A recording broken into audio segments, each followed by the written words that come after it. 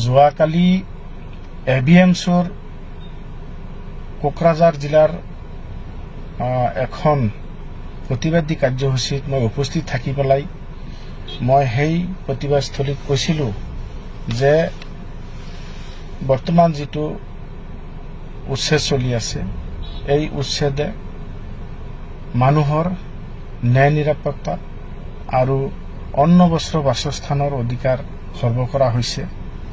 এনেকৈ উচ্ছেদ কৰিলে অসমৰ এই মানুহখিনি দুখীয়া হৈ থাকিলে অসম কেতিয়াও উন্নত নহয়। আৰু মই কৈছিলোঁ যে যিসকল ব্যক্তিয়ে নিজৰ ভাষা সাহিত্য কলা কৃষ্টি বিসৰ্জন দি পেলাই মানে অসমীয়া ভাষা সাহিত্য কলা কৃষ্টি মানে আঁকোৱালি লৈ হাড়ে হিমজীয়া অসমীয়া বুলি স্বীকাৰোক্তি দিলে বা তেখেতসকলে গ্ৰহণ কৰিলে সেই ব্যক্তিসকলক যদি এনেকৈ অত্যাচাৰ কৰি থকা হয়, এনেকৈ কোনো সংস্থাপন নিদিয়াকৈ তেখেতসকলক উচ্ছেদ কৰি থকা হয়, এটা দিনত তেখেতসকলে ক্ষোভিত হৈ পেলাই যদি যিটো সন্মুখত লোকপিয়ল আছে বা অনাগত দিনত যিটো লোকপিয়লত আছে, লোকপিয়লত যদি তেখেতসকলে অসমীয়াৰ ঠাইত যদি বেংগলী ভাষা বাংলা ভাষা তেখেতসকলে লিখি দিয়ে তেনেহলে কিবা কাৰণ হয়তো অসমীয়া ভাষাটো সংখ্যালঘুত পৰিণত হ'ব পাৰে। এই কথাখিনি মই কৈছিলোঁ। এই কথাখিনি কোৱাৰ ফলত আজি গোটেই অসম জোৰা অসমৰ বিভিন্ন বুদ্ধিজীৱী শিক্ষাবিদ সাহিত্যিক বিভিন্ন দল সংগঠন ৰাজনৈতিক অৰাজনৈতিক সংগঠন সবে প্ৰতিক্ৰিয়া প্ৰকাশ কৰিছে। মই এই কথাখিনি কোৱাৰ লগে লগেই 1 ঘণ্টা পিছতে মই গম পাইছিলোঁ, মই বুজি পাইছিলোঁ যে এই কথাটো কোৱাৰ মই ঠিক হোৱা নাই, এইটো ভুল হৈছে বাই মিষ্টেক হৈছে।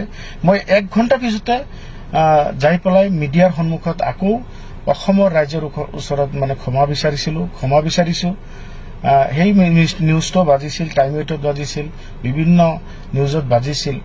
তৎসত্ত্বেও হয়তো আজি বিভিন্ন সংগঠনে আজি মোক এই বিষয়ে সমালোচনা কৰি আছে। মই সমালোচনা কৰা সকলক ধন্যবাদ জ্ঞাপন কৰিছোঁ। মই তেখেতসকলৰ আচলতে সন্মান কৰোঁ, কাৰণ সমালোচনাই মানুহক শুধৰণি ভাল ৰাস্তা দেখুৱায়, এই কথাটো সবে জানে।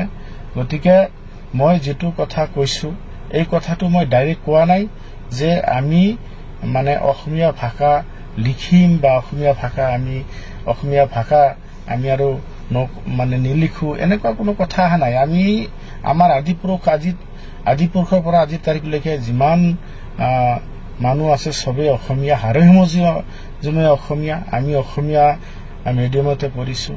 গতিকে মোৰ কথা বা বাই মিষ্টেক হৈ বা ভুলবশত যিটো মই কথা কৈছোঁ এই কথা কোৱাত মই সঁচাকৈ ভুল হৈছে, অন্যায় হৈছে।